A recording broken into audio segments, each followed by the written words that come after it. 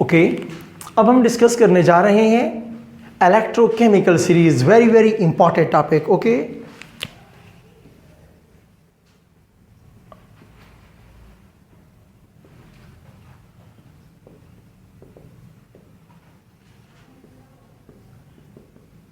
And it's applications. Students, ये topic बहुत important है। देखिए जनाब, इलेक्ट्रोड पोटेंशियल के वैल्यूज, इलेक्ट्रोड पोटेंशियल के वैल्यूज हम किसे करेंगे? हम रिफरेंस, हम स्टैंडर्ड इलेक्ट्रोड से क्या करते हैं? कैलकुलेट किया करते हैं। किसी भी इलेक्ट्रोड की जो एबिलिटी है इलेक्ट्रॉन लॉस या गेन की, हम स्टैंडर्ड इलेक्ट्रोड से या किसी रेफरेंस इलेक्ट्रोड से मालूम करते हैं। स्टैंडर्ड हाइड्रोजन इलेक्ट्रोड से मालूम करते हैं या कैलोमल इलेक्ट्रोड से मालूम कर लेते हैं। जब वैल्यूज को आप मालूम कर लोगे तो अब क्या करोगे? आप एक सीरीज बनाएंगे। क्या बनाएंगे?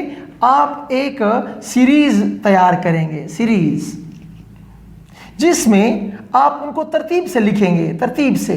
फॉर एग्जांपल, अगर मैं कहूं कि जनाब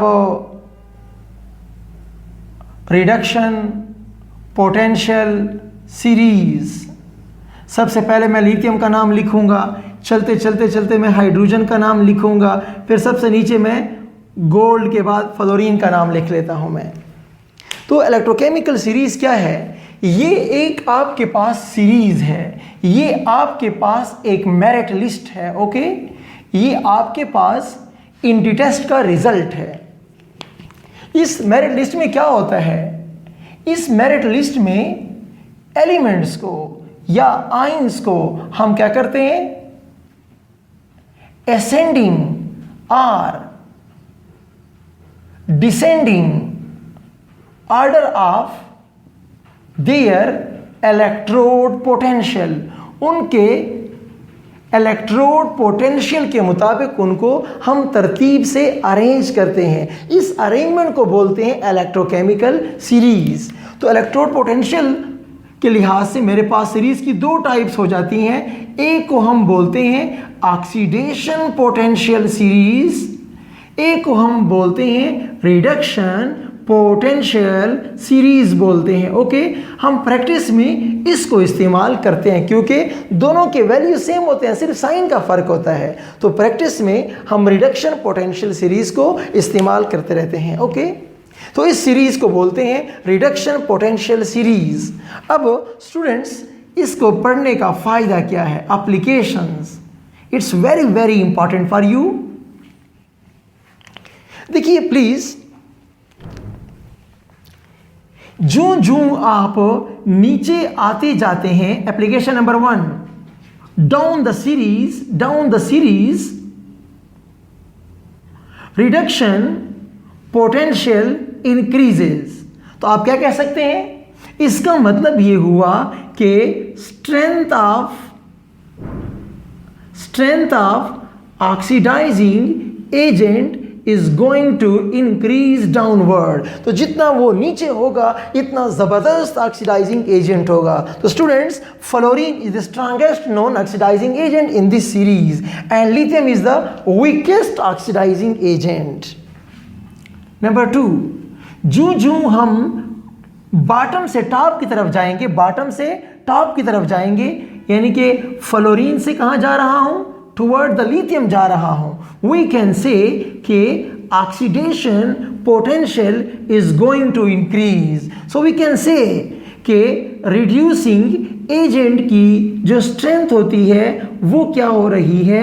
वो increase हो रही है। तो lithium is the strongest।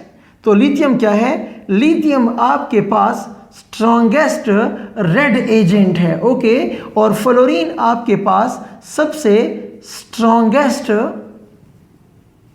Oxidising agent का काम करेगा। ओके, ये तो हो गए दो एप्लीकेशन। नंबर 3, मुझे चाहिए सेल ईएमएफ कि सेल के अंदर कितनी वोल्टेज है। इस सेल के अंदर कितनी वोल्टेज है। तो E naught of a cell हम क्या करेंगे, E oxidation plus E reduction, put the values to get your cell electromotive force, cell EMF बोलते हैं इसको। ओके, नंबर नेक्स्ट, हम बता सकते हैं कि सेल के अंदर जो होने वाला रिएक्शन है, ये रिएक्शन स्पॉन्टेनियस है कि ये रिएक्शन नॉन स्पॉन्टेनियस है। डियर स्टूडेंट्स, प्लीज मेरी इस बात को समझें। अगर आपके पास E naught of a cell positive आ जाए तो मुबारक हो, ये रिएक्शन स्पॉन्टेनियस है। अगर आपके पास क्या आ जाए, आपके पास E naught of a cell क्या आ जाए, जीरो आ जाए या नेगेटिव आ जाए, cell will not work by itself, cell is non spontaneous, it will not generate chemical energy, chemical energy को इलेक्ट्रिकल एनर्जी में कन्वर्ट नहीं कर सकेगा ये।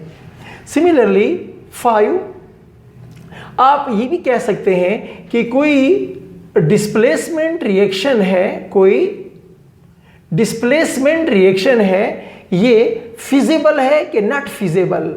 जरा मुझे देखिए, sodium chloride fluorine 2NaF plus chlorine, क्या ये रिएक्शन मुमकिन है कि नामुमकिन है? जनाब देखते हैं, फ्लोरीन 0 से क्या हो गया है, -1 हो गया है। फ्लोरीन की तो पावर ज्यादा थी ना इलेक्ट्रॉन गेन करने की, तो उसने गेन किया है, yes this reaction is feasible of course. लेकिन अगर आप ये कह रहे हैं कि सोडियम फ्लोराइड और क्लोरीन के रिएक्शन से सोडियम क्लोराइड बना हो और फ्लोरीन रिलीज हुआ हो, this reaction is not possible. आपने बात समझ ली? तो इलेक्ट्रोकेमिकल सीरीज के ये हमारे पास एप्लीकेशन है। ईटा में क्वेश्चन अक्सर आता रहता है कि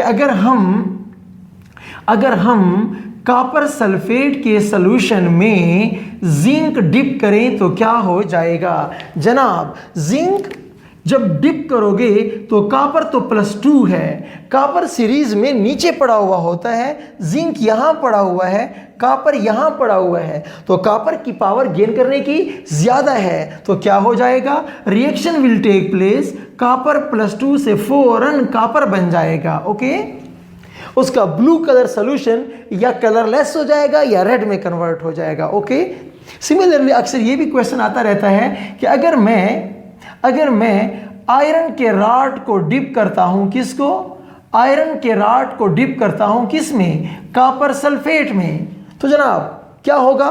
आप सीरीज में चेक कर लीजिए ना कि आयरन कहां पे है। अगर आयरन कॉपर के ऊपर पड़ा हुआ है सीरीज में, आयरन इलेक्ट्रॉन लॉस करेगा, अदरवाइज नॉट।